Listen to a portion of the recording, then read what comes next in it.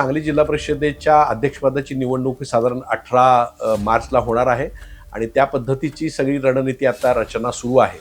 पण गेल्या 2 दिवसांमध्ये ज्या घडामोडी झाल्या त्याच्यामध्ये आपण एक सांगू शकतो की आता जयंत पाटील असतील, विश्वजित कदम असतील, विशाल पाटील असतील, तर या सगळ्यांनी कोणत्याही परिस्थितीमध्ये महाविकास आघाडीचा अध्यक्ष आपण बसवायचा अशा प्रकारचा निर्धार केलेला आहे.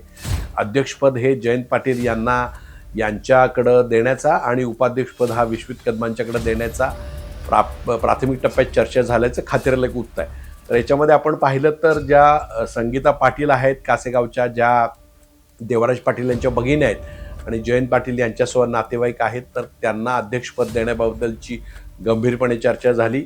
त्यानंतर विश्वजित कदम यांच्या मार्फत ऋषिकेश लाड यांना जिल्हा परिषद उपाध्यक्षपद देण्याची चर्चा झाली. जिल्हा मध्यवर्ती बँक ही जयंत पाटील विश्वजित कदमांच्या ताब्यात आहे, बाजार समिती या दोघांच्या ताब्यात आहे, त्यामुळे जिल्हा परिषद ताब्यात असतं.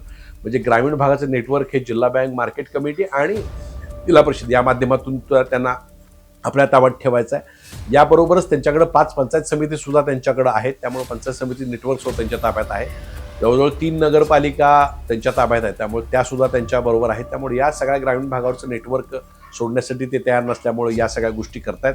जत आणि मिरजेमध्ये केवळ भाजपला शक्यता आहे, इतर 8 ठिकाणी भाजप विरोधी गटाचे सभापती होतील. पण जिल्हा परिषदे मात्र हा फॉर्म्युला जवळजवळ निश्चित झालेला आहे. अर्थात याला आता स्वतः पालकमंत्री चंद्रकांतदादा पाटील असतील किंवा मग गोपीचंद पडळकर असतील, सत्यजित देशमुख असतील, खाडे असतील, कसं उत्तर देतील हे पाहायला लागेल. त्यांची रणनीती काय असेल पाहायला लागेल.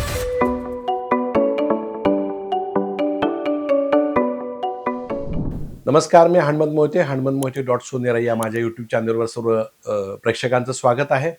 आपण माझ्या यूट्यूब वाहिनीला अतिशय चांगला प्रतिसाद देतात, त्याच्याबद्दल मी आपला मनापासून ऋणी आहे. अनेकांनी मला व्यक्तिशः भेटून आणि फोन करून व्हिडिओच्या विश्लेषणाबद्दल अतिशय चांगली प्रतिक्रिया दिली आहे. काही प्रतिक्रिया ह्या थोड्या टोकाच्या आहेत, पण तरीसुद्धा या जनतेच्या प्रतिक्रियांचा सर्वांचा आदर मी नेहमीच करतो. कोणत्याही परिस्थितीत मी कॉमेंट बॉक्स बंद केलेला नाही आहे, त्यामुळं ज्या लोकांना विश्लेषणामध्ये आणि काही गोष्टी हव्या आहेत त्या आपण देऊ शकतो.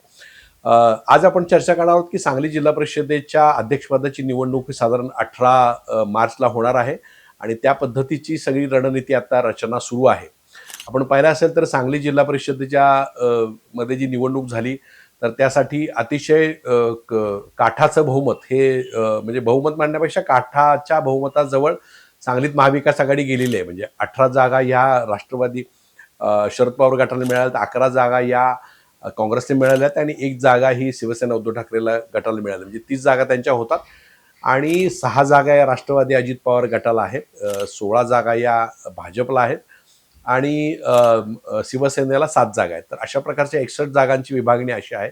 त्यामुळे जर ढोबळमानानं पाहिलं तर महाविकास आघाडीला 30 जागा आणि महायुतीला 31 जागा अशा प्रकारची ढोबळमानाची युती आहे. पण प्रत्यक्षात आपण जर जिल्हा परिषद निवडणुकीच्या अगोदर पाहिला असेल तर महाविकास आघाडीबरोबर राष्ट्रवादीच्या अजित पवार गटानं अंतर्गत सेटलमेंट केलेली होती. त्यानंतर शिवसेनेनं सुद्धा काँग्रेसबरोबर किंवा महाविकास आघाडीबरोबर अंतर्गत सेटलमेंट केलेली होती. त्यामुळं अर्थात या ठिकाणी कोण होणार अशा प्रकारची चर्चा सुरू आहे. पण गेल्या 2 दिवसांमध्ये ज्या घडामोडी झाल्या त्याच्यामध्ये आपण एक सांगू शकतो की आता जयंत पाटील असतील, विश्वजित कदम असतील, विशाल पाटील असतील, तर या सगळ्यांनी कोणत्याही परिस्थितीमध्ये महाविकास आघाडीचा अध्यक्ष आपण बसवायचा अशा प्रकारचा निर्धार केलेला आहे. आणि ज्या नुकतीच एक बैठक या संबंधात झाली तर त्या सगळ्या गोष्टीची माहिती मी तुम्हाला आज देणार आहे. तर जिल्हा परिषद अध्यक्षपदासाठी एक औपचारिक बैठक या सर्व नेत्यांची झालेली आहे. या बैठकीमध्ये स्वतः जयंत पाटील हजर होते, विशाल पाटील हजर होते, विश्वजित कदम होते, त्यानंतर आर पाटील यांचे बंधू आणि रोहित पाटील यांचे चुलते सुरेश पाटील हे हजर होते.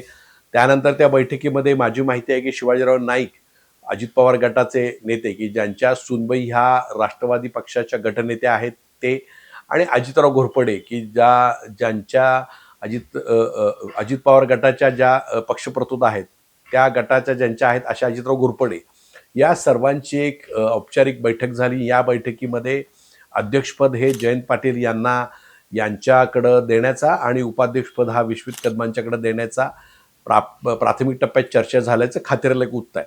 तर याच्यामध्ये आपण पाहिलं तर ज्या संगीता पाटील आहेत कासेगावच्या, ज्या देवराज पाटील यांच्या भगिनी आहेत आणि जयंत पाटील यांच्यासोबत नातेवाईक आहेत, तर त्यांना अध्यक्षपद देण्याबद्दलची गंभीरपणे चर्चा झाली.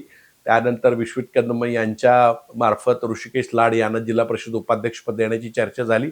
याच वेळेला शिवाजीराव नाईक आणि अजितराव घोरपडे गटाला, म्हणजे हा गट महाविकास आघाडीला पाठिंबा देणार अशा प्रकारची चर्चा. आणि त्यानंतर सभापतीपद हे स्नेहल मोरे अजितराव घोरपडेच्या गटाच्या किंवा शिवाजीराव नाईक यांच्या सुनबाई यांच्याकडे सुद्धा सभापतीपद देण्याची औपचारिक चर्चा झाली. अर्थात रोहित पाटील यांना सुद्धा एक सभापतीपद या ठिकाणी मिळेल. आणि चौथं सभापतीपद आहे ते मात्र देण्याबद्दलची चर्चा अजूनही सुरू आहे. मग ते जतच्या विलासराव जगतापांना द्यायचं का काँग्रेसला आणखीन एक सभापतीपद द्यायचं, मग त्याच्या बदल्यात मिरज पंचायत समिती सभापती चर्चा करायचं, या चर्चा अजून सुरू आहेत. पण पहिल्या टप्प्यात तरी जयंत पाटील यांच्या गटाच्या संगीता पाटील या अध्यक्ष आणि काँग्रेसच्या ऋषिकेश लाड हे उपाध्यक्ष, अशा प्रकारची चर्चेचा फॉर्म्युला हा झाल्याची माहिती माझ्याकडे आहे. तर याच्यामध्ये अजित पवार गटाचे जवळजवळ 5 सदस्य आहेत हे महाविकास आघाडीबरोबर राहतील अशी शक्यता आहे. अर्थात व्हीप काढण्याचा अधिकार हा शिवाजीराव नाईक यांच्या सुनबाईंच्याकडे आहे, त्यामुळे ते नेमका कुठला व्हीप काढतात आणि काय, ह्याच्याबद्दल पण चर्चा झाली. आपण जर पाहिलं तर राज्यामध्ये महायुती सरकार आहे, पण इथं सांगलीमध्ये अजित पवार गट असेल किंवा शरद पवार गट असेल हा एकत्र लढलेला होता. काही ठिकाणी शिवसेना सुद्धा अंडरस्टँडिंग लढलेली होती. त्यामुळं जरी मुंबईच्या नेतृत्वांची, म्हणजे सुनील तटकरे प्रदेशाध्यक्ष असतील आणि सुनेत्र पवार उपमुख्यमंत्री असतील, यांची इच्छा जरी महायुतीच्या बरोबर इथल्या सदस्यांनी जावं अशी ठामपणे आहे आणि तशा प्रकारच्या सूचना सुद्धा तटकरेंनी दिल्यात की आपल्याला महायुतीवर जायचं. पण ज्या पद्धतीनं राज्य पातळीवरचे नेते स्वतः निर्णय घेतात आणि स्वतःचा निर्णय दुसऱ्यावर लादतात, त्या प्रकारची भूमिका या ठिकाणी शिवाजीराव नाईक किंवा अजितराव घोरपडे घेण्याच्या मनस्थितीत नाहीत. संजय काका पाटील मात्र भाजपबरोबर दिसत आहेत. ते भाजपच्या त्यांचा एक सदस्य जो आहे मंदिर, तो त्यांच्याबरोबरचा भाजपबरोबर आहे. त्यामुळे त्या विलासराव जगतापांची भूमिका सुद्धा भाजपबरोबर जाण्याची नाही. त्यामुळे अजित पवार गट हा महाविकास आघाडीबरोबर राहील अशा प्रकारची सध्या तरी चित्र आहे. आता या बैठकीमध्ये व्हीप काढायचा का व्हीपच काढायचा नाही, प्रत्येकानं आपापल्या सदैव बुद्धीला स्मरून निर्णय घ्यायचा, याच्याबद्दल सुद्धा चर्चा झाली.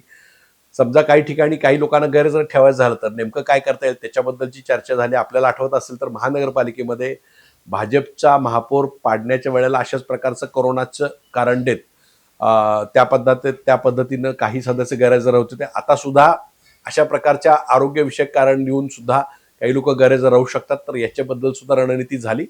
पण सर्व रणनीती करताना व्हीपचं उल्लंघन होणार नाही किंवा व्हीप निघणार नाही किंवा मग शिवसेनेची कशी मदत घेता येतील, या सगळ्या गोष्टींची सांगोपांग साकल्या आणि चर्चा झाल्यानंतर जयंत पाटील यांचा अध्यक्ष आणि विश्वजित कदम यांचा उपाध्यक्ष याची चर्चा झाली. आणि मग घोरपडे गटाला एक आणि शिवाजीराव नाईक गटाला एक सभापतीपद आणि मग रोहित पाटील यांना सभापती, अशा प्रकारची चर्चा झालेली आहे. आता याच्यामध्ये जिल्हा परिषद सत्ता ही सोडण्यासाठी जयंत पाटील विश्वजित कदम का तयार नाहीत, तर याच्यामध्ये एक गोष्ट आहे की ग्रामीण भागावरची पकड जी आहे ती जिल्हा परिषद सत्तेच्या बाजूवर होते आणि ही पकड सोडण्यासाठी हे दोन नेते तयार नाहीत. त्यामुळे कोणत्या परिस्थितीमध्ये महापालिकेमध्ये आपण जे ताबडतोब राष्ट्रवादी अजित पवार गटाला जाऊन दिलं भाजपबरोबर, तशा प्रकारची मनस्थिती ह्या दोन नेत्यांची नाही.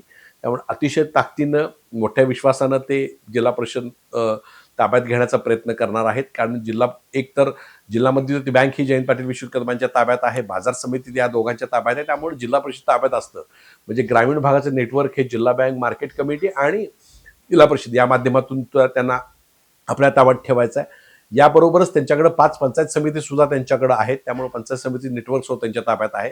जवळजवळ 3 नगरपालिका त्यांच्या ताब्यात आहेत, त्यामुळे त्या सुद्धा त्यांच्याबरोबर आहेत. त्यामुळे या सगळ्या ग्रामीण भागावरचं नेटवर्क सोडण्यासाठी ते तयार नसल्यामुळे या सगळ्या गोष्टी करतायत.